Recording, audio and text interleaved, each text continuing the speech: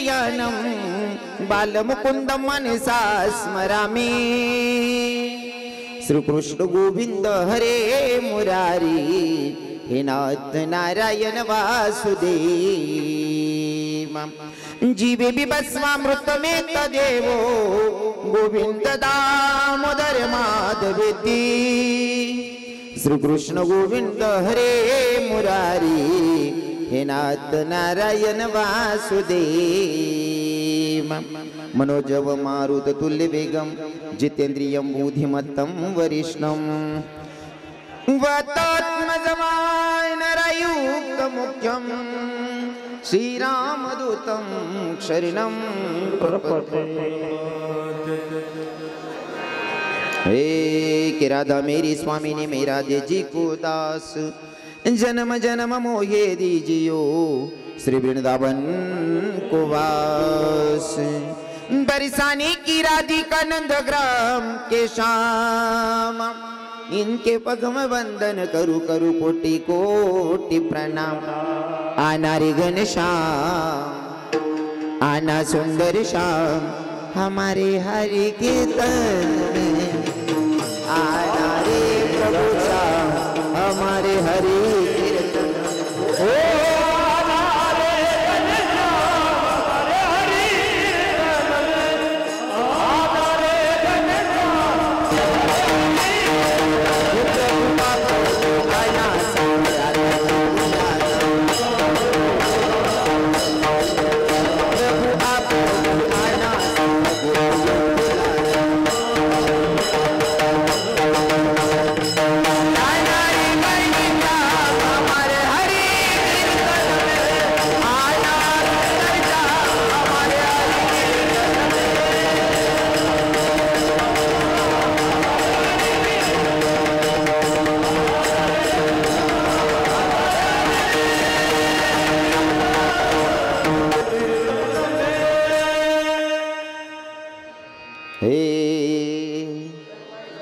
राधे तेरे चरणों की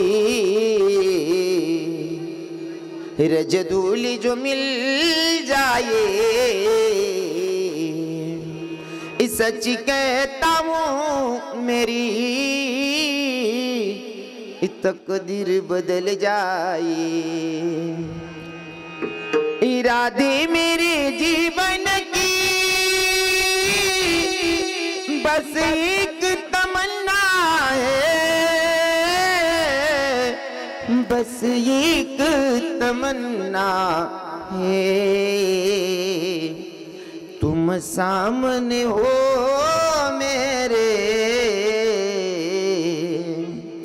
मेरा दम ही निकल जाए। सच कहता हूँ मेरी तकदीर बदल जाए, किशोरी तकदीर बदल जाए, राधे तकदीर बदल जाए। इथं बसलेले सगळे काना देशातली लोक आहात। हे हरी विठ्ठल विठ्ठल विठ्ठल,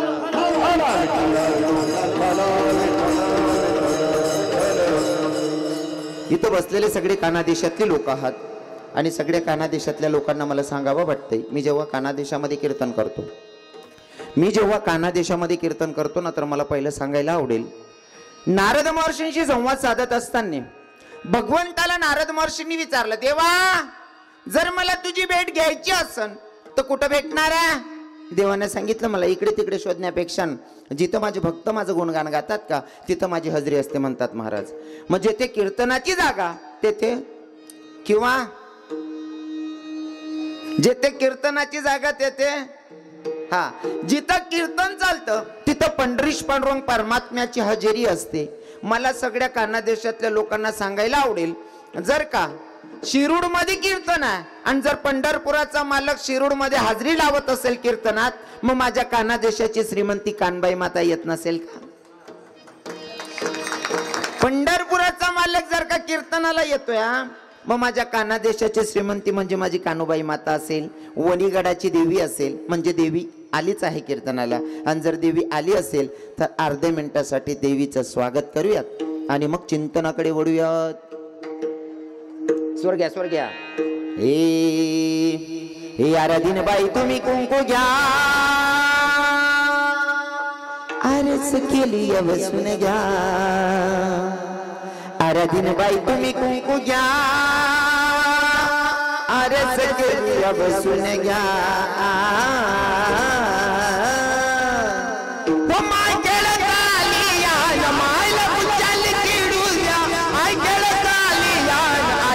चाल किडू द्या,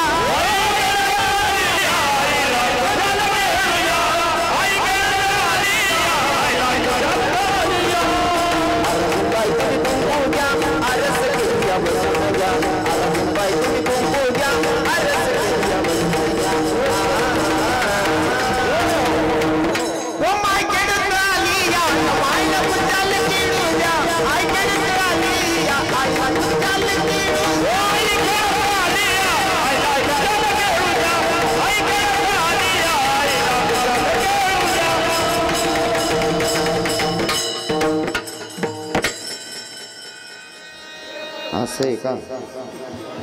हरी विठ्ठल विठ्ठल विठ्ठल विठ्ठल विठ्ठल विठ्ठल विठ्ठल विठ्ठल.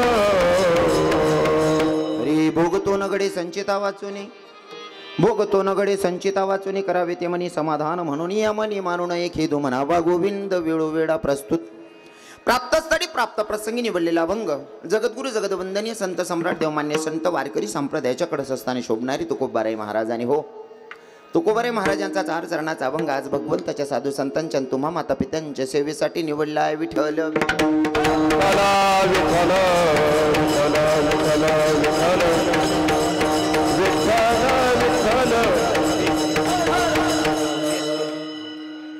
चिंतनाकडे वळण्या अगोदर थोडासा परिहार द्यायचा तो असा की भाई कार्यक्रम किम निमित्ताने बोलू नका.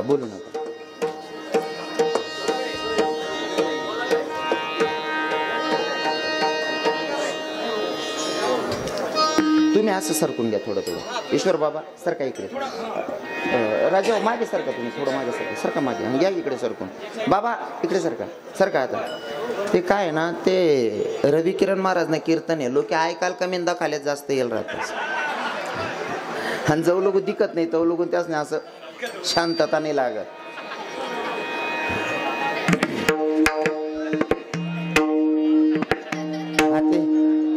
बरं वाट राही ना ते आता कोणी कुसबुस करू नका. पण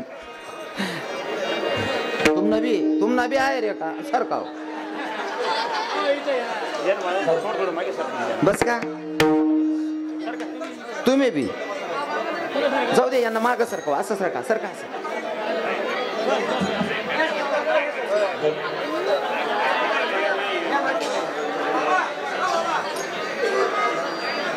मी नाही मला मांडाय घ्या असं. हरी विठ्ठल विठ्ठल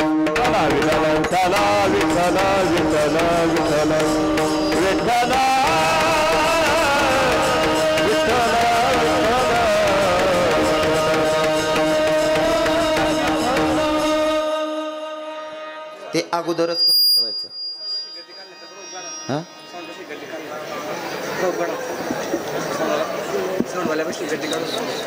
तिकडे आताच्या दडी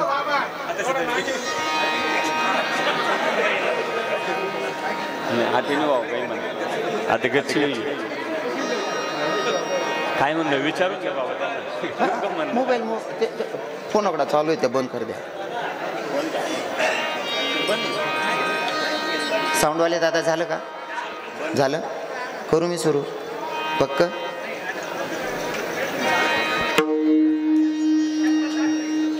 कार्यक्रम किम निमित्ताने तुम्हा सगळ्यांना घ्यात तरी पण वक्त्याचं कर्तव्य अनुषंगानं साधू संतांच्या पदस्पर्शाने पुणेतन पावन झालेली आपली शिरूर नगरी आणि शिरूर नगरी मधली शिरूर नगरी नाही तर पूर्ण परिसराची श्रीमंती म्हणजे आपले कैलासवासी बापूसाहेब गजानन नारायण पाटील. बाबांना जाऊन मला वाटतं आज 8 दिवस होत आहेत. आज 11 दिवस आहे. आज 11 दिवस पूर्ण होत आहेत. आणि बापूसाहेबांच्या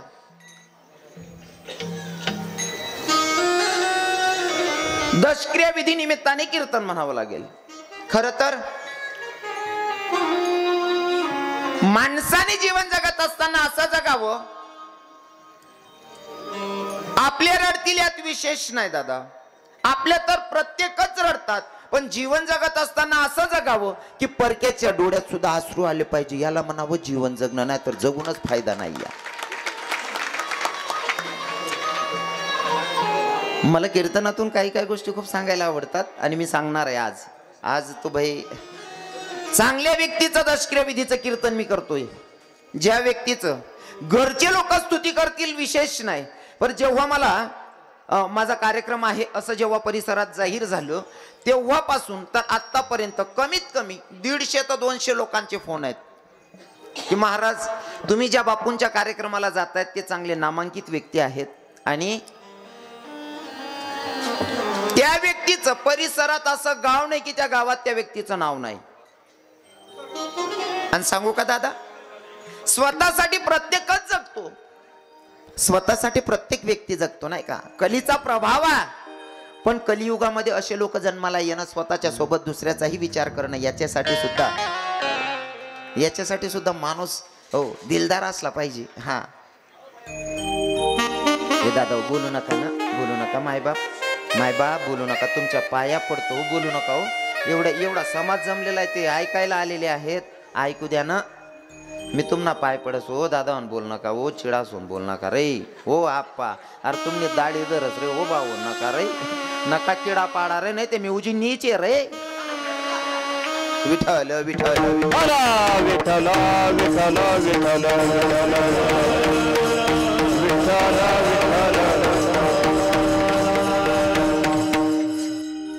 जीवन जगत असताना असं जगलं पाहिजे की मेल्याच्या नंतर सुद्धा हो. आमचे तुकोबाराय सांगतात ना, तुका म्हणे एका मरणीची सरे उत्तमाची उरे. हा कीर्ती शिल्लक राहिली पाहिजे हो दादा. ज्यांच्यासाठी आपण राबतो ना, मी असं म्हणत नाही तुम्ही कमवू नका, अजिबात नाही, तो बानटपणा मी करणार नाही, कारण मी 61 शिवाय थांबत नाही. तुमले कसं काय सांगू कमावू नका असं, हा कमवू नका असं मी म्हणणार नाही, पण कमवत असताना इन्सानियत आपल्यातून दूर गेली नाही पाहिजे, हे महत्वाचं आहे. विठ्ठल विठ्ठल.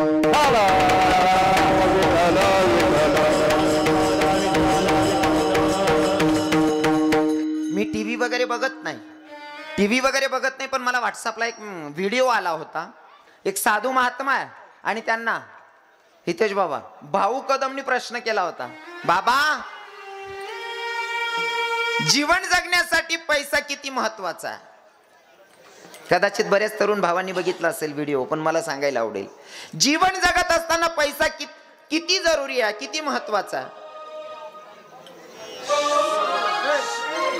बोलू नका माऊली, कोणी बोलू नका बरं. आता काय दांगडू घालणार बो तू म्हणून,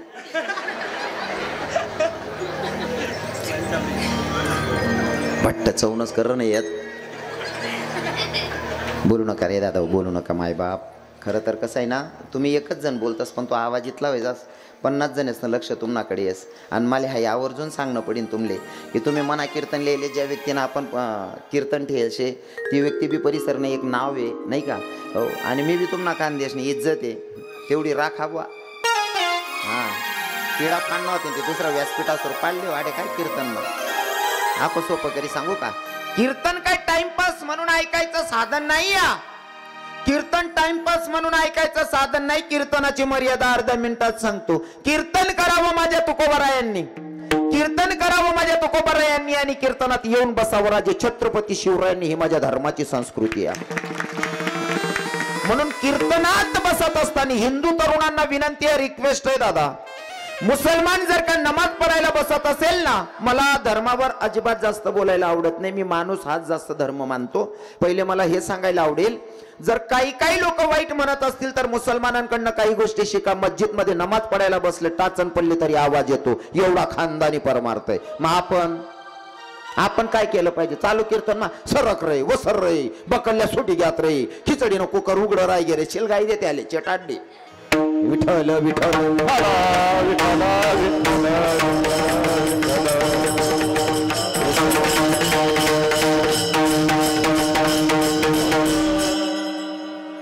त्याच्यात काय होतं मलाही कळत नाही ना, माझा विषय पांगतो ना, मध्ये मध्ये बोलूच नका. आपण राजे छत्रपती शिवरायांचे मावडे आहोत एवढं लक्षात ठेवा.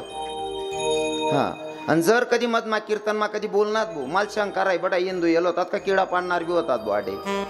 विठ्ठल विठ्ठल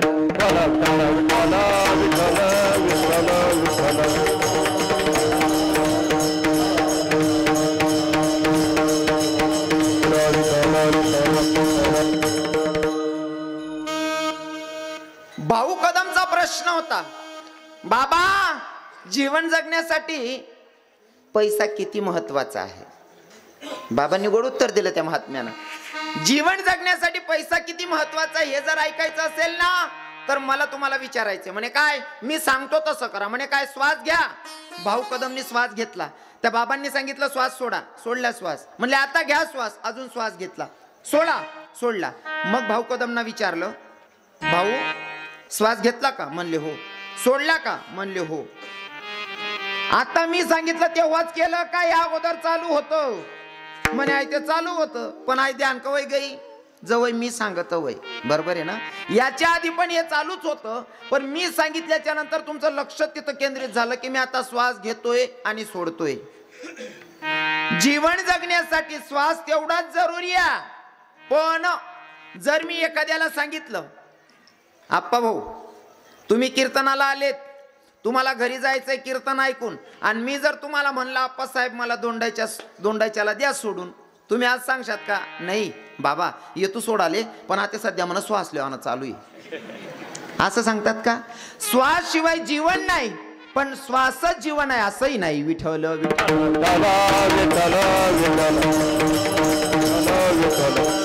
शब्द पांगला माझा, शब्द पांगला. जर जीवन जगायला श्वास जेवढा जरुरी आहे ना तेवढं जीवन जगायला पैसा सुद्धा जरुरी. पण पैसा सर्व काय आहे असं नाही. काही काही लोक करोडपती असतात. उदाहरण म्हणून सांगतोय, दवाखान्यात दोन प्रकारचे पेशंट असतात. दोन प्रकारचे पेशंट आहे. एकाला सांगितलं तुमचं ऑपरेशन करायचंय, तुमचं ऑपरेशन साठी कमीत कमी तुम्हाला 5 लाख रुपये लागतील. श्रीमंत माणूस आहे, तो विचार करतो 5 लाख रुपये मला ऑपरेशन साठी लागणार आहे. घरून निघताना कमीत कमी 10 लाखाचा बजेट करून जातो. जर 5 लाख रुपये खर्च झाले तर आपल्याकडे 2-4-5 लाख रुपये जास्तीचे पाहिजेत जर लागले तर. दोन प्रकारचे पेशंट. आणि दुसरा एकदम गरीब परिस्थितीचा माणूस आहे, त्याच्याकडे काहीच नाही या. डॉक्टरांची फीस 200 रुपये भेटायची या, ती 200 रुपये ते फाईल बनवायची फी या, ती फी भरायचे सुद्धा 200 रुपये ज्याच्याकडे नाहीये तो इकडनं तिकडनं तुमच्यासारखे माझ्यासारख्या काकाबाबांकडनं 200 रुपये मागतो. अरे डॉक्टरांकडे जायचे, मेडिकलचं बघू उधार घेईल, पर 200 रुपये तरी डॉक्टरांची फी द्यावी लागेल, कोणीतरी द्या ना दादा. कोणाकडनं तरी 200 रुपये घेतो आणि दवाखान्यात जातो. दोघही पेशंट आहे. एकाला 4 लाख रुपये ऑपरेशन साठी लागणार आहेत, तो घेऊन गेलेला 5 लाख रुपये लागणार आहेत, घेऊन गेलेला 10 लाख. याच्याकडे डॉक्टरांची फी भरण्यासाठी फक्त 200 रुपये. दोघांचं बेड जवळ जवळ आहे, पण जगण्याची पद्धत सांगतो. जो करोडपती आहे, ज्याला 5 लाख लागणार होते, तो 10 लाख सोबत घेऊन गेला, पण दिनभर मा एक बी नारायणना गोटालीन दखाल कोण होणार नाही. ज्यांना डॉक्टरने 200 रुपये फी भराल नाही, त्या कंपाऊंडर सांगतात तुम्हाला कितली पुसकायच रे काढणार आहे, गर्दीत राहा तुम्ही काढणार आहे. मग श्रीमंत कोणले म्हणशात? हा, श्रीमंत कोणाला म्हणायचं? भैया पैशावर श्रीमंती नाही या. खरी श्रीमंती जरी एखाद्या साधारण व्यक्तीचा कार्यक्रम असेल आणि त्या कार्यक्रमामध्येही समाज जमत असेल तर हिला म्हणावी श्रीमंती.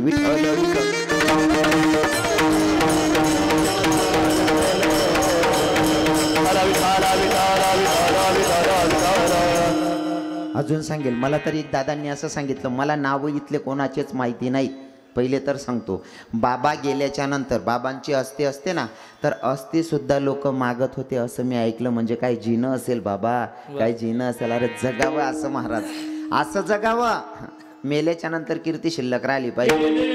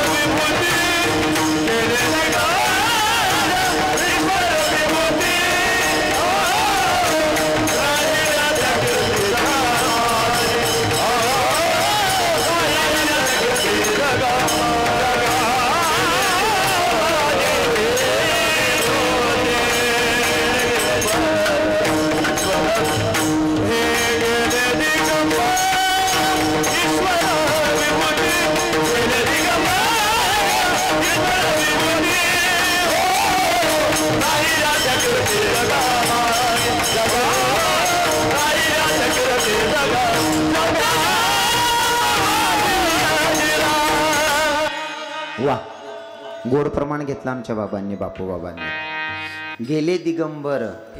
हो, एखादी व्यक्ती गेल्याच्या नंतर परिवाराला दुःख होईल असं नाही, पूर्ण गावाला, पूर्ण परिसराला. हो, काय ना, समोरच्याच वागणं तसं असेल म्हणून हे सगळं, नाही का? नाहीतर एवढं सोपं नाहीये. काही काही लोक मेल्याच्या नंतर गलिमान लोक असा टोया बसतात, बरं होई गे भो, भलता किडा पाडे रे भो. अरे मन पोऱ्यानं वही राहते, यांनी 3 ठिकाणी फोन करी मोठा केलो तरी उजी नीच होता रे भो. मरावे परी कीर्ती रूपी उरावे. आज मला असं वाटतं, आज नुसता अडचाचेच मग म्हणून वावर होई जाऊ द का. हा, अजून निसतंय ना कपाशी ते माझ वारमा राहिले, नुसतं 8 तासले तोर लायले, अजून तोरच कापाय राहिली नाही. पण काय ना, मी इतकं सहज कोणाची स्तुती करत नाही, पण कोणीतरी चांगलं व्यक्ती असेल तर त्यांची स्तुती झाली पाहिजे. फॉर एक्झाम्पल, इथं व्यासपीठावर स्तुती करत असताना तेवढी लेवल पण असली पाहिजे व्यक्तीची, तर त्याची स्तुती करायची. काही लोक म्हणतात खोटं कोणाची स्तुती करायची नाही. खरंय, पण खऱ्याची स्तुती केल्याशिवाय राहायचं पण नाही. क्योंकि भैया, कुरुक्षेत्रावर युद्ध चालू असताना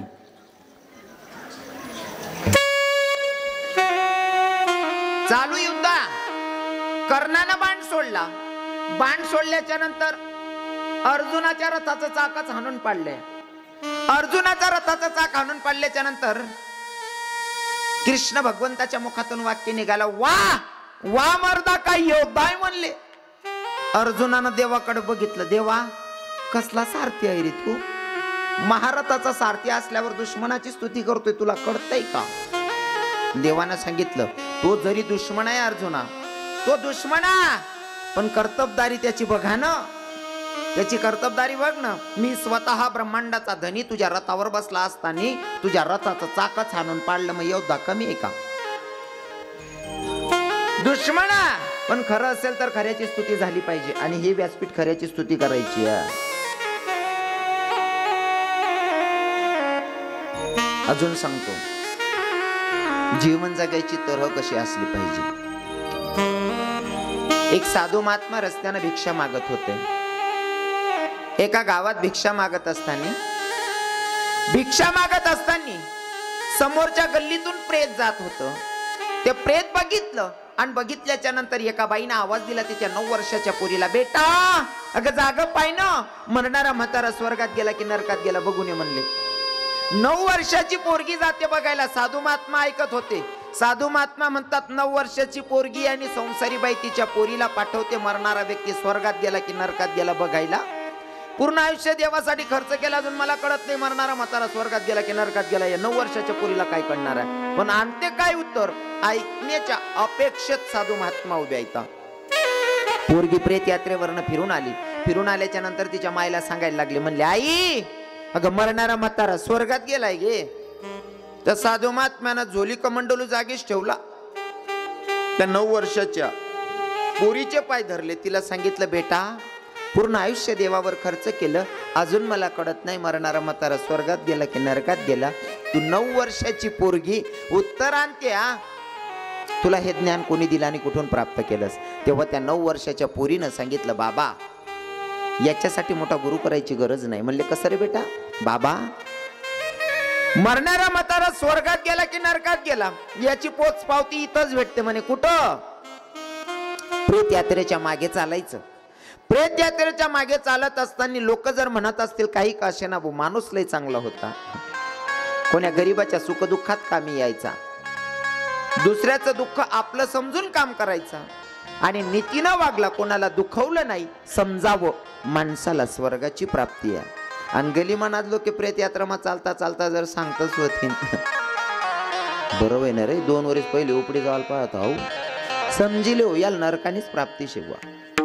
जगणं आहे ना आपल्यावर, स्वर्ग आणि नरकाची प्राप्ती करून घ्यायची आपल्या हातात आहे, पण ज्यानं त्यानं ठरवायचं. पण लोकांना अजूनही भेटलेल्या जन्माचं सार्थक करायचं कळत नाही. अजून मी लोक किडा पाडामा शेतच विठ्ठल.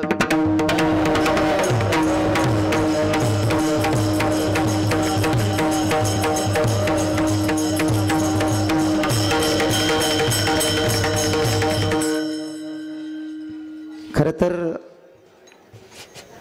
ज्यांच्या अनुषंगानं मला तुम्हा मातापित्यांचं दर्शन घडलं ते म्हणजे माझ्या जीवाभावाचे असणारे आमचे माजी सभापती आमचे भैयासाहेब. भैयासाहेबांचा खूप आग्रह होता. खरं माझा हा टायमिंग होता वृंदावनमध्ये जायचा,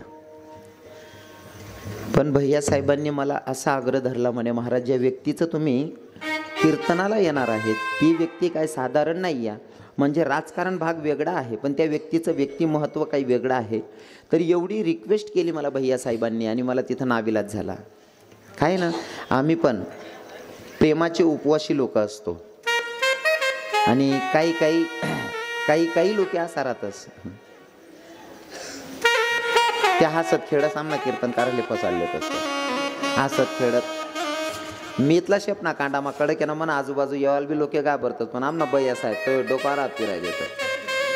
काय वंशी लई फिरतस त्या काही समजत नाही मला, उंडू का निघू देतात नाही ते म्हणा. नाविलाज आहे. आणि साहेबांनी सांगितल्याप्रमाणे साहेबांनी सांगितलंच, पण त्यांचे मित्र मला वाटतं गणूदादा साहेब कुठे आहेत, दिनेश भाऊ कुठे आहेत, दिनेश भाऊ गायकवाड. हां महाराज जर कार्यक्रम करायचे असेल ना किंवा कोणतंही काम करून घ्यायचं असेल ना तर धतिंगमध्ये करायचं. धतिंग समजस ना तुमले.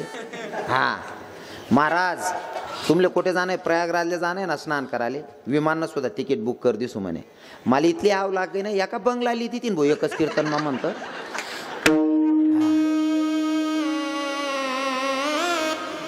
कसं आहे ना, आता महिला माता असले मन भाषा चांगली समजेल.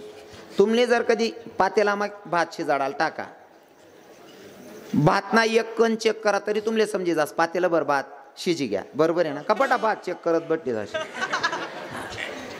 तसं त्या दोनच जणच ना एकच वाक्या मा इथला आटकी गऊ ना म्हणतं ठीक आहे बा आपण प्रयत्न करीत असूत, येता उन्हात निघीसूत नाही उन्हू काही असल्यास फोन करसू, विमाननं तिकीट कर द्या घरी आले असं.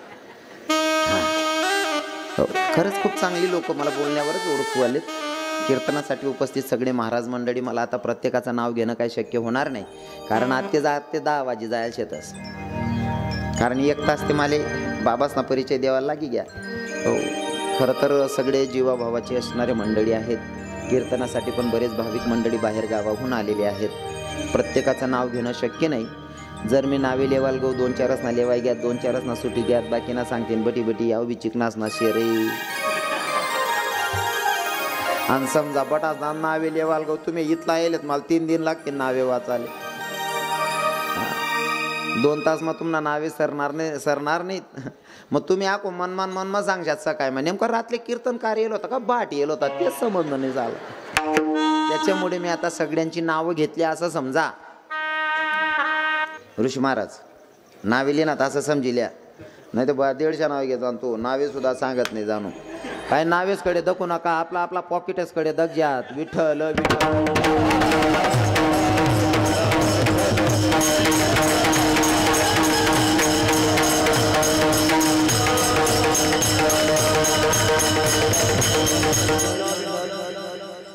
वाजवणारे म्हणणारे सगळेच महाराज गुणवान आहेत. साऊंड सिस्टीमचे मालक, साऊंड सिस्टीम 1 नंबर आहे. तुम्ही ऐकणारे श्रोते सुद्धा चांगले आहात. यश भैया तुम्ही बी चांगला आहेतच तब्येत मा.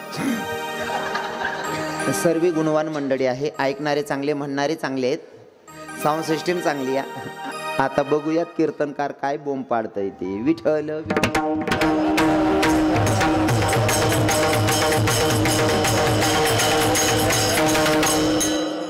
सर्वांना नावे सांगाय घ्या, पण मुद्दाना नाव सुटे घे म्हणा गाय. जर त्याच भेटतात नाही त्या येतो नाही मी. ते म्हणजे आपले प्रशांत दादासाहेब पाटील, इथं जवळच गाव आहे त्यांचं. कुठले? दामणगावचे. हां दामणगावचे आमचे दादाश्री होते. त्यांनी मला धुळ्यापासून इथपर्यंत असं गायला येणार त्या. हो ते जर राहिले नसते तर कदाचित अजून 15 मिनटं मी अजून